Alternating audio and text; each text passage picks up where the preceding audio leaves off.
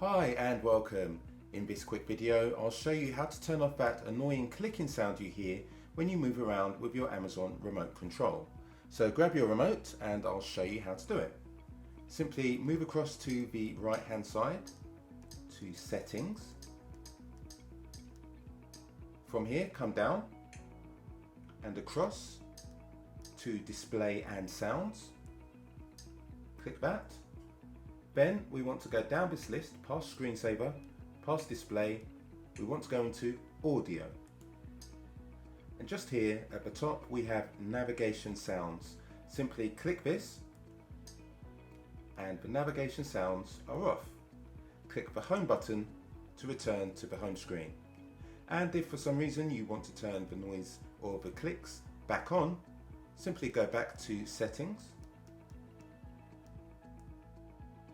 Then go down again, across to display and sounds.